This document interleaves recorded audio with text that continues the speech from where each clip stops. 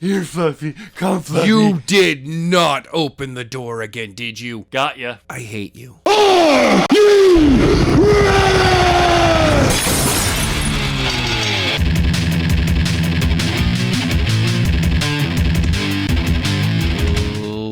Ladies and gentlemen, welcome. It's time for As the Buckle Turns Debate Club, or as I once said it, Debate Cub.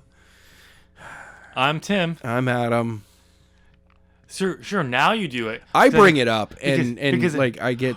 You know what? Because I say my name correctly instead of Adam, you respond. But I say I'm Adam, you don't. It's weird you saying my name like that. That was the joke. Way to ruin another joke. You joke ruiner.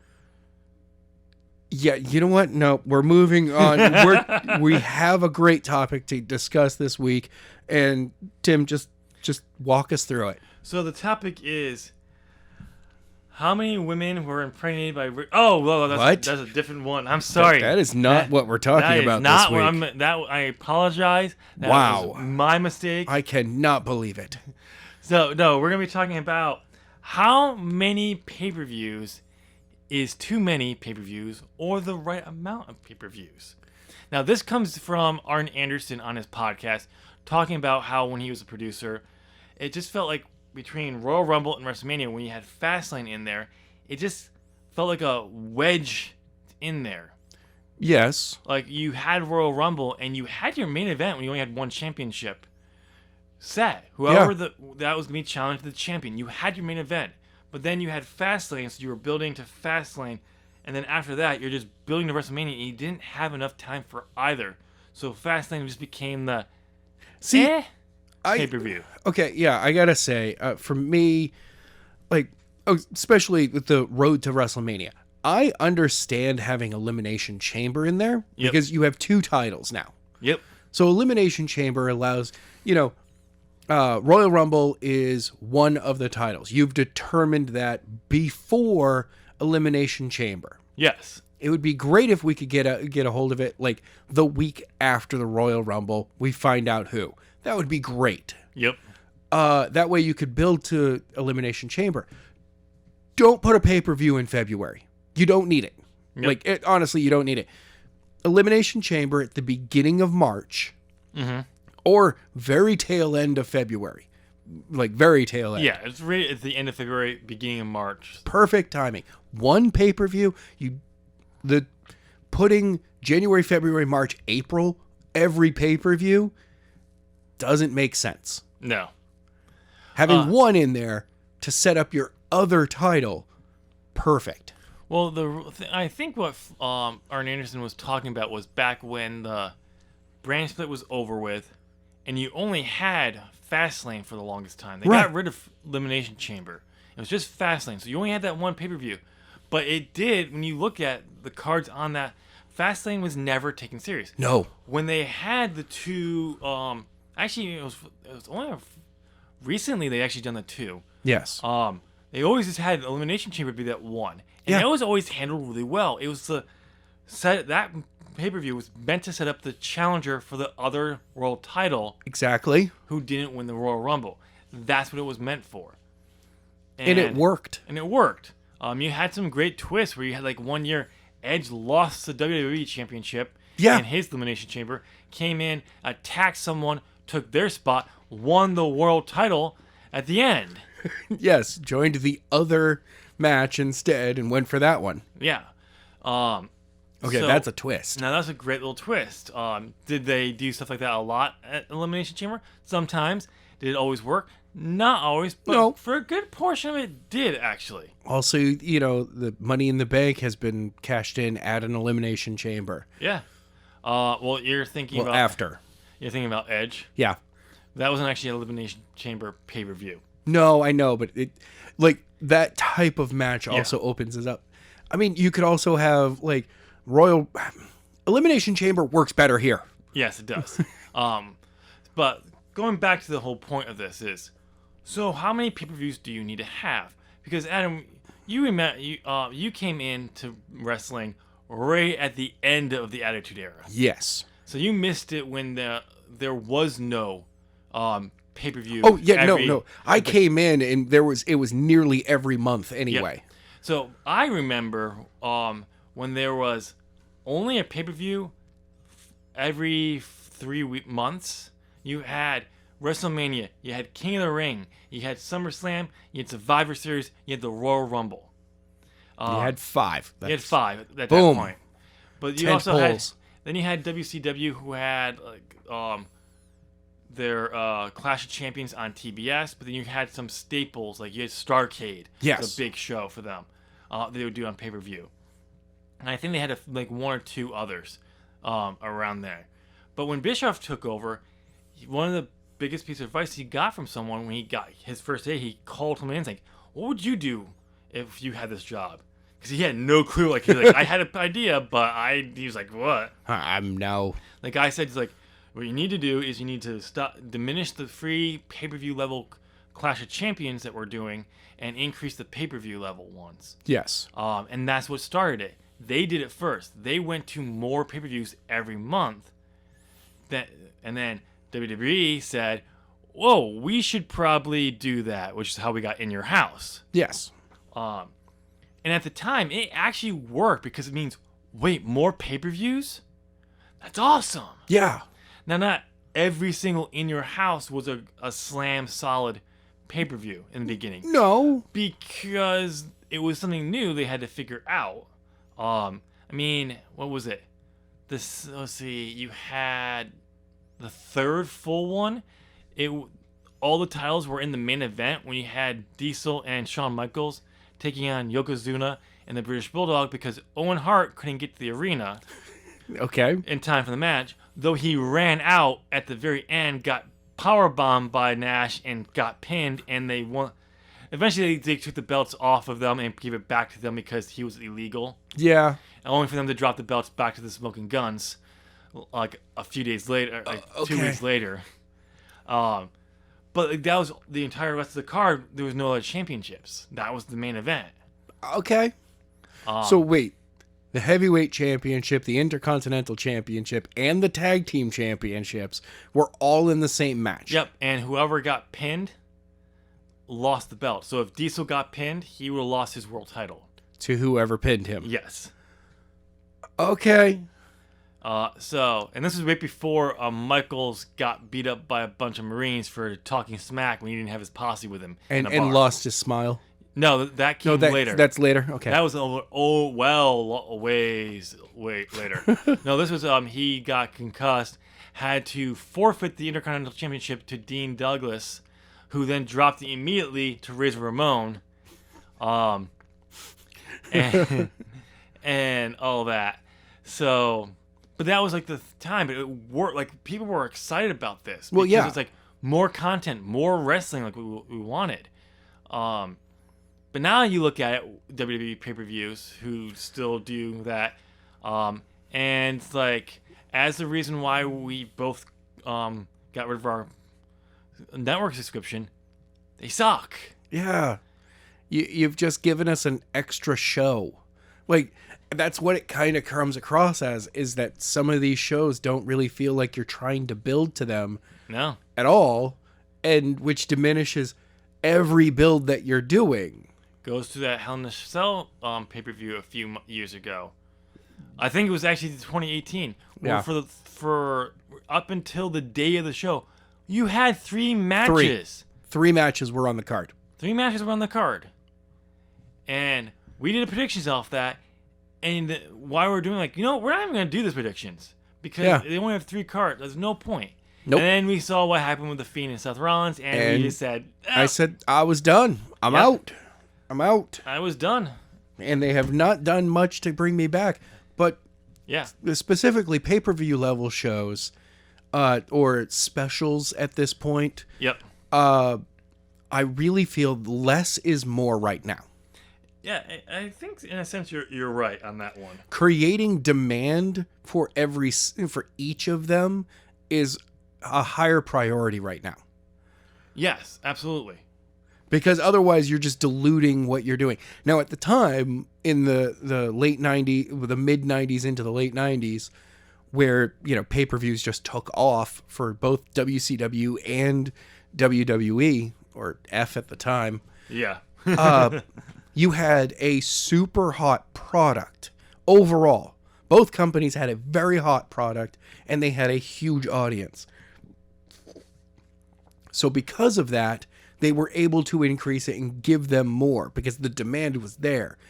Right now, the demand isn't really there. We're so bombarded with wrestling content today that asking me to get more just because this one's special when I can kind of see the same match in 2 weeks on TV, Exactly. I don't need to. You'll explain, first of all, the champions, probably the possibility of people dropping belts have dropped so drastically that giving me a pay-per-view every month makes me just go, I know he's not going to drop it here. Exactly. Royal Rumble, maybe. You could kind of predict when a championship was about to change hands. Yeah. Like as we've seen with our predictions, we're pretty spot on with WWE cards at this point. Yep. The reason is because it's formulaic. We know it so well that we can predict it. And when we get one wrong, it's usually we've given into our fantasy booking. We've decided to go off track. And instead of getting a victory in some matches, we decided to go with what we kind of hope for. What would be more interesting? Won't happen. No, of course not. Exactly, and also more interesting. But no, we decided that it just happens. But when we actually stayed true to what's going on, we were right. Yeah. And it goes to looking at what AEW's done once they showed up. We had Double or Nothing. We had All Out when they first got in. We knew those were going to be the big tentpole shows. We didn't know about any other. We knew they wanted to have less pay-per-views. Yes. But they didn't say how many. Well, I mean, we got what? Then we Fight for the Fallen. Well, in that first year, it went. No. Okay. Because I'm talking about big show, like pay-per-view level, like your shows. The first All Out for AEW, we got the tease for Full Gear. Yes. And then when we got to Full Gear, we got the tease for Revolution. And then we're like, okay, so they're going back to the 4 big show model. And that worked. It works. Because as Tony Khan has said multiple times, like we're doing pay-per-view. We're not doing like the network where you go to a network, you pay $10 a month. And you can watch all of this content. All this content and everything. And you get the pay-per-views as well. And that's a great deal for you. But we're not doing that. It's not a model that works for us because we don't have that kind of content. Yeah. And we'd have to jack the price up even more, and people aren't going to like it. So when you go to buy a AEW pay-per-view, he wants that pay-per-view to be worth it. Yes. Like, you walk away. You may go away with it saying, like, you know what? They've had better pay-per-views, but it was still worth my $50. Right.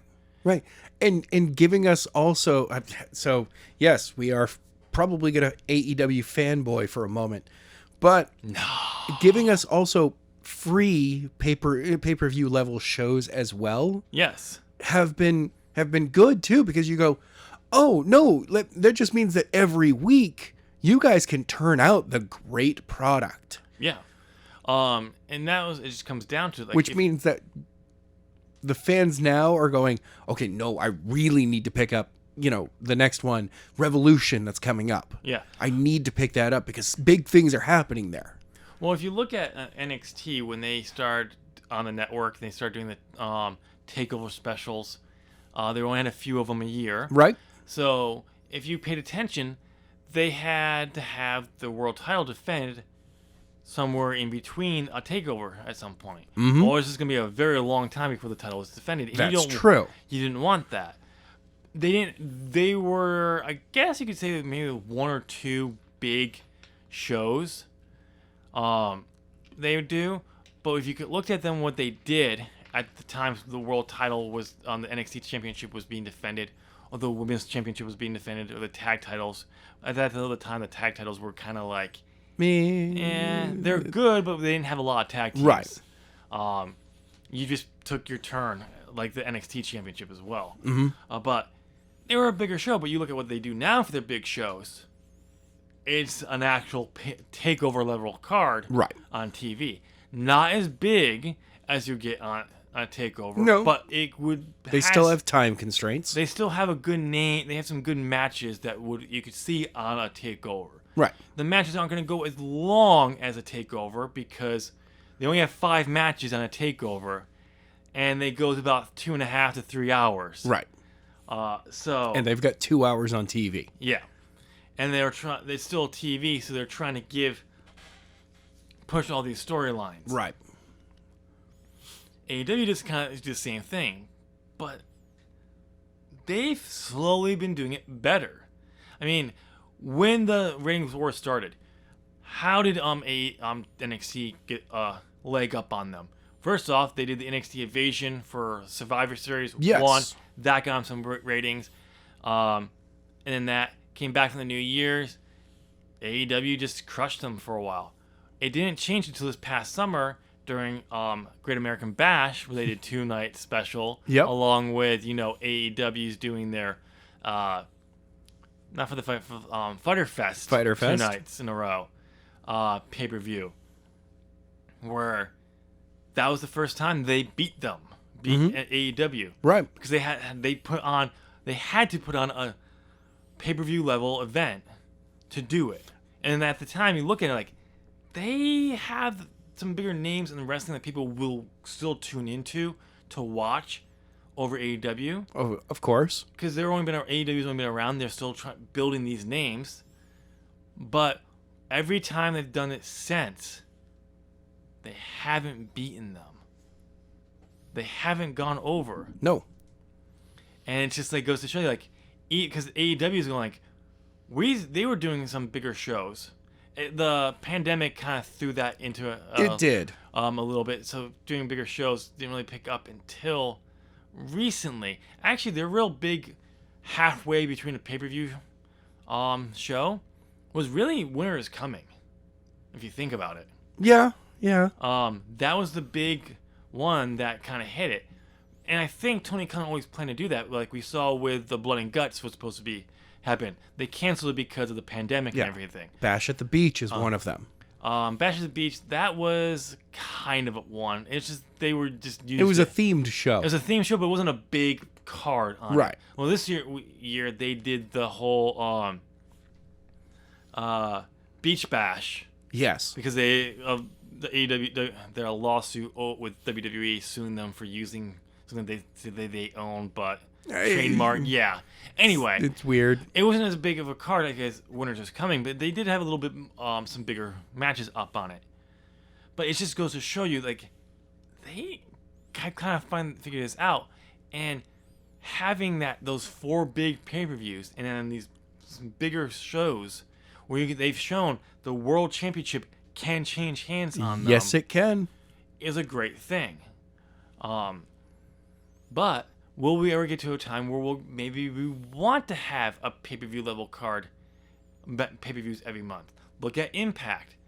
They kind of do that. They've been doing recently pay-per-views every month, but not on pay-per-view. They have there are a few big pay-per-view cards where you're actually on pay-per-view, but then you have their pay-per-view, but on Impact Plus. Right. Like the one they just had this past weekend was on Impact Plus. Okay. Cool. So they're still doing it. Now, the one thing I will say it seems at times they forget they have one, and then they build it really quickly. That's true, yeah. Impact is done. But then the other ones they have been doing a very good job of building to each one, while keeping in mind their big pay-per-view that they're actually building to. So, but it just goes to show you a difference. You can kind of get both. But I would have to pick for the number of pay-per-views I would like to see in a year is probably 6. Okay. I mean, I like it. I mean, my personal belief, between 4 and 6. You've got that range. Now, since I am the lead booker for New England Wrestling Alliance, No one cares. but we do 8. Oh, Okay. I do 8. It's one every 7 weeks. That works. It allows for me to have a cycle. Yeah. And honestly, they're not actually like, they are pay-per-view level shows, but it just takes a week. It's not a separate show. Yeah. And yeah, really Alpaca Bowl, because that's 2 nights. So, I know what you mean by that, because I feel like 6 is a good number because it's half the year. Yeah. And you can have your 4 main pay-per-views, and you can have 2. Actually, would be better to put it this way: you have your 2 big mega shows, like you had your WrestleMania, Yeah. and you have your SummerSlam. For AEW, that's Double or Nothing and All Out. Yeah. But then you could have 2 other, and then you have your 4 other shows throughout the year, in between these big giants, that are helping to build towards the big show. Yeah. These one of the big shows. They're a stepping stone on it, but this big things can still happen on them. No. Full Gear was December? No, November. November, okay. And then Revolution is February. Yes. Genuinely. But this year it's March. It's March because, boxing fight, then... Yeah. Whatever. But if they just... Honestly, the way that their schedule is spaced out, they have one spot to put any kind of pay-per-view into, which would give them 5. And that's in the middle of the summer. You mean July? Yeah, July. That's your really good one spot, because you have such a buffer between your 2 major shows that you throw one in there. And you just go, here's one. Actually, there's 2 spots. Okay, what's the other one? July is a good spot. Yes. And you could kind of throw one December or January. Early. You could. Late December, early January, because there's that big of a gap between Double or Nothing and All Out is about the same size between So hear me out. Full Gear and Revolution. Hear me out on this one. Because of this wonderful forbidden door being opened and alliances being struck all over the place, I got one for you that's going to happen in early January every year. Wrestle Kingdom. Yeah. Boom. There is the alliances January thing. July, oh my God, Dominion. Boom. There you go. Really. That's actually in June. I know, but like you could nope. Oh, they don't shift their stuff for anything. They can't. No, they can't, because what happens at the beginning of in the middle of July? Oh, the G1. Yes, I thought that was August. It starts halfway through July and ends halfway through August. Okay. This year was just later because the Olympics was supposed to be in Japan, and then a pandemic, Yeah. put a halt to everything. I don't. Why couldn't they have just done it? I mean, social distance. Yeah. Every sport has to social distance. Basketball is going to be hilarious. Hockey will be hilarious. Oh my God. Was No. it the summer sports? No, yeah, it was the Summer Summer sports. Olympics. But that so would've been basketball, any team sport's going to be amazing. Whoa. 6 feet. hilarious. 6 feet. How can I can't block him from here. Well, good luck. Jump. I am. White men can't jump. Yeah. You just see him like, ugh. You got like But- a 6'7" white dude who's trying to jump and he can't get more than an inch off the ground. But honestly, like, if you're going to really swerve into this alliance for AEW and New Japan, allow Impact to do the smaller shows like every month the way that they have been. Yeah. Blend AEW's pay-per-views and New Japan's pay-per-views, allowing New Japan to really own January with Wrestle Kingdom. You're like, all right, AEW is not putting on a show that month. Yeah. Allowing July, August to be that, and AEW's like, look, we're not going to put on a major show during that time because you get the focus. Well, they don't anyway. Cody is determined to keep all out around September. the time All In was. I like so. that idea. first week of September. Yeah. But according to Vince McMahon, September's a terrible time of month to have a pay-per-view. Yeah, he always has a pay-per-view in September. Yeah. And it's Yeah. always the one that really starts to draw the crowds back in. No, it wasn't. Because it's right after SummerSlam. No one gave a fuck. Oh, yeah. That's why he thinks it's a bad time for a pay-per-view. Yeah. Because I keep forgetting SummerSlam is August for them. Yeah, and he always thinks that because right after SummerSlam, no one's paying attention.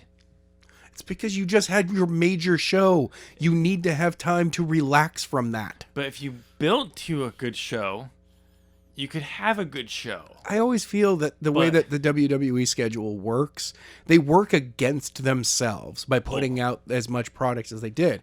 Well, SummerSlam. Remember the year they had like 16 pay-per-views? Yes, in 1 year? That was just ridiculous. That was I was just like, it's every other week, guys. Come on. Us doing predictions. Oh, remember we have predictions this week again. It's WWE again. We were just like, oh god. I don't even care. I'm burnt out. Yeah, that's what it felt like because we had to do that. We had news and then to help WWE though. Start knocking away some of your pay-per-views. September, for you guys, it doesn't work because SummerSlam blows its low so hard. Yeah. But it allows you to build to a October pay-per-view. Yes. You build to an October pay-per-view, get rid of the themed pay-per-views other than your 4 major. No. Get rid of Hell in a Cell. Well, yes. TLC. That's what I mean by the themed ones. Extreme Rules. Elimination. Well, Elimination Chamber. That's what I was going to say. Like that's what I was saying. Don't get rid of them all. Get rid of all but the Elimination Chamber one. Because it's much like the Royal Rumble. It's a multi-person match. It's a great way to follow up the Royal Rumble when you're trying to find out the next contender. Yeah. For another world title at WrestleMania. But that's the thing you have to do is you have to use it for that. Yes. And you have to have the winner of the Royal Rumble decide who they're going to face, not who, what championship they're going to go to. Right. Before the Elimination Chamber. And you can even build to it. Not every year, but some years you could build to who is the champion the winner going to pick. And you could build it to the Elimination Chamber where they make their decision. Yeah, it could be that one match, all 6 people that are going to be in the matches. Mm-hmm. With the possibility of the champion taking a spot because the person hasn't decided yet. Yes. And 1 year, yes, 1 year it's SmackDown, 1 year it's Raw, 1 year they don't choose, and the belt is on the line in both of those matches. Yeah. It would really screw with how WWE promotes matches, but you could do it. Yes. Because then you're adding way too many possibilities at this point. And I love it. But then you could do like the person said, no, I'm not going to go for the other one because I'm going for the NXT championship like Charlotte did. And then everyone's minds explode. And everyone starts predicting that they're going to do what they did with Charlotte and put the belt on the main roster and not put over anyone in NXT. I know. But yes. But it's a great way to do it. Like you could, if you just got down your pay-per-views and really focus on it. Money in the Bank should be one of the big 5. I like Money in the Bank. It should take the place of King of the Ring. Yes. For the longest time, the Money in the Bank was your most prestigious title outside of a world title because you did a good job of building it. Yes. But now it's a joke. And it should be your June one. And yes, it should be your June one. That way you have that way you can have the specter of a number 1 contender floating all the way up to possibly the next Money in the Bank a year later. You should have 3 Money in the Bank ladder matches in that pay-per-view. Yes. Now, some people say that's too many. No, you should have 3. Here's the thing, though. You have 1 for the men. Yes. 1 for the women. Okay. And 1 for the tag team. All right, I like it. And it's for both brands. Like, both brand members. Yeah. It's not one for each brand gets their own... No. It's for each brand.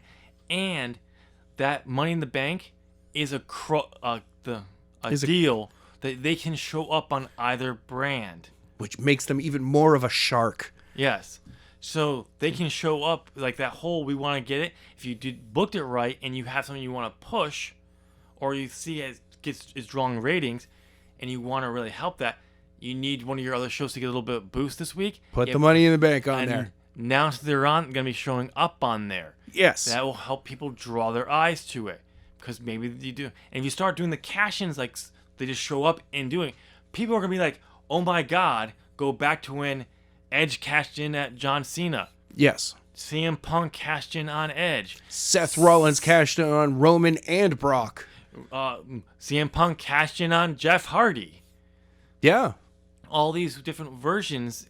Edge cashing in on The Undertaker when he took it off of Mr. Kennedy because... Edge cashing it in on Edge because Edge is that awesome. Yes. It's one of those things where when you did it suddenly, it worked. Yes. And going back to the AEW and NXT type of format, bigger formats that are well built to. Also, another thing that when you have talent that isn't immediately established, Yes. having lesser pay-per-views works better. Yes. Because then you can go, oh, no. See, we're going to spend more time building up the draw for this. Yes. For these people at this match. While at the WWE level, you don't really need to build people up to make them the draw. They are your format is already the draw. Yes. So you make the demand, you shrink the product, you make the demand go back up. Yep. So that more people will want to be watching it. Yes. But because they're a money-grubbing corporation because of their stockholders, we need to put as much product out there as often as possible. even though your product isn't actually bringing in money. Nope. Even though they like to point out, like, see, our popularity is not going down because look at our views on YouTube.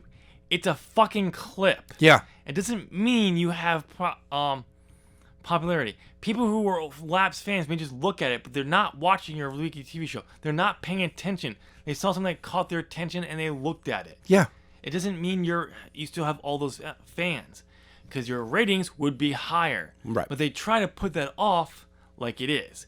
And that face tells me we're running out of time. We're at 32. But I have nothing else really to add to this. No, but yeah, going back to how many do you guys want to know? It's about 6. 25,000. Oh my God. I want one every 2 minutes. 52. 52. Once a week. Once a week. Oh, we're going to the TNA's original weekly pay-per-view model. Yes, every week is a pay-per-view. And also it was a web pay-per-view, and you weren't being charged like $20 a month. Exactly. For it. But yes. But no, 4 to 6, when you're starting off having 4 and then slowly adding a bigger show here or there, when it calls for it, can work. But there you go, ladies and gentlemen. You have our opinions on how many pay-per-views you should have. Let us know down in the comment section what you thought of the show. Do you agree with us? Do you disagree with us? Tell us that. Yes, please. And make sure you defend your position, because you know that asshole Adam will take you apart, even if you agree with him. No, I won't. Lies. Anyway, since you made it to the end of the show, why don't you go and give this video a thumbs up? Awesome. Because, well, you made it to the end of it. You're clearly liking it. And it helps support Zop Gaming. And you're awesome. That's why you're doing it. And if you want to help support Zop Gaming, why don't you go and share this on your social media? Ooh, I promise you, Adam won't bitch at you if he finds you sharing this. I'll be super excited. I might even do a dance in the office. If I find it, I might, just for a laugh, because I'm an asshole. Wow. But that would mean that I'm actually on Twitter. Yeah. My bad. Paying attention to Twitter.